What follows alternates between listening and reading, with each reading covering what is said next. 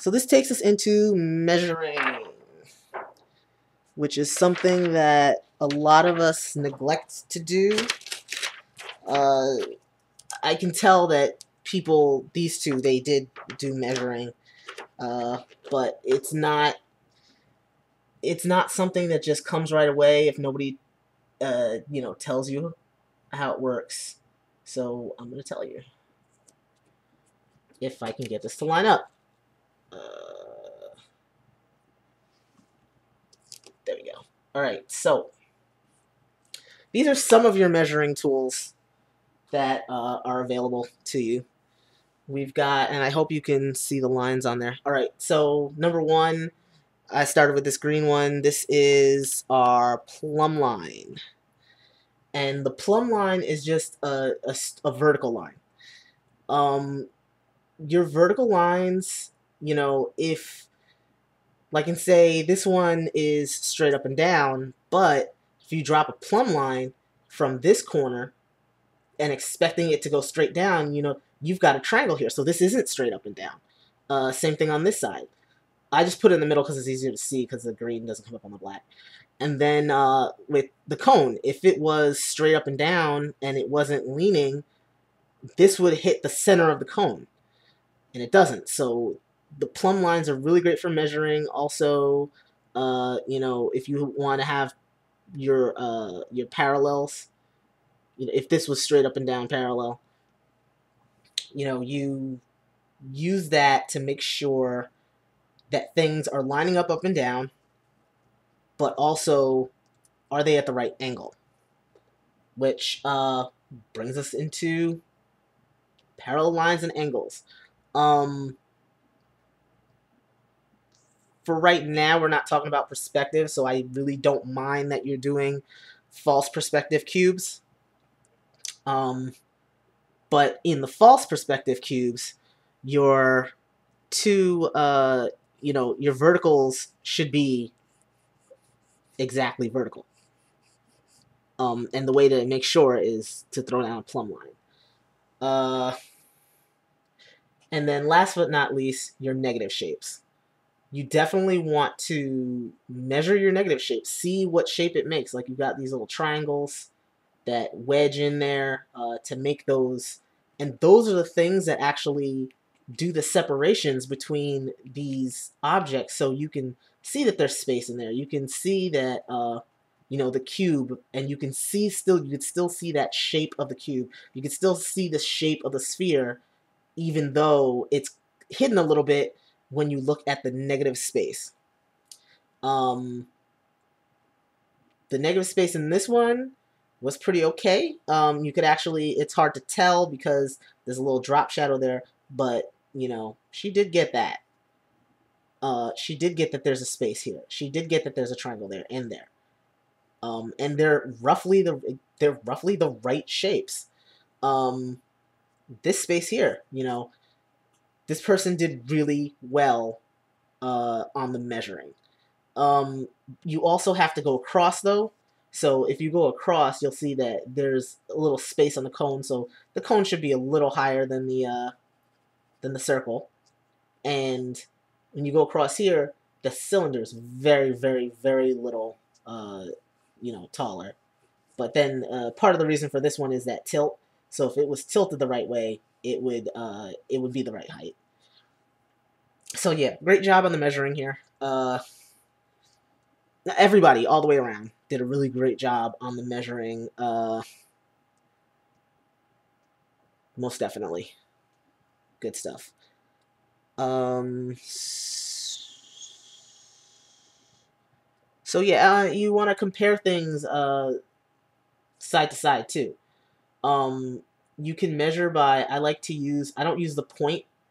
I use the wood, or where the wood meets, and then you could, kind of hold your finger on there, and now you have this length, and you could put it over here and say, okay, well, this is wider than the base of this is wider than the base of this, but you can put them against each other, and this is a little smaller than, this. So that helps you a lot to check your thicknesses. But you can also do the same thing with heights. You know, you just gotta measure things out. Angles, you can check angles. Hold the pencil at an angle. Is that right? When you put it on here, you kind of hold it up to there, and you go back over here and hold it up. And if they match, and you gotta keep your you gotta move your from the shoulder. Don't move your hand. Don't move your elbow, or else it's not gonna line up. And you know, check it out.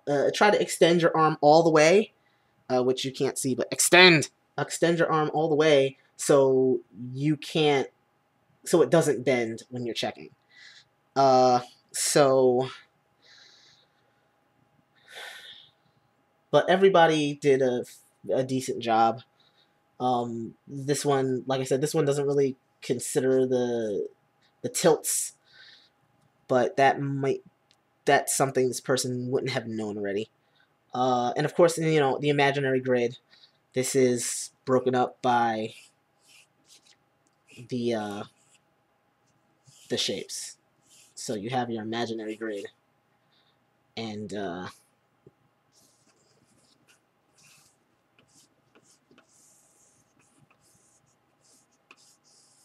it's a weird angle for me to draw it. Sorry.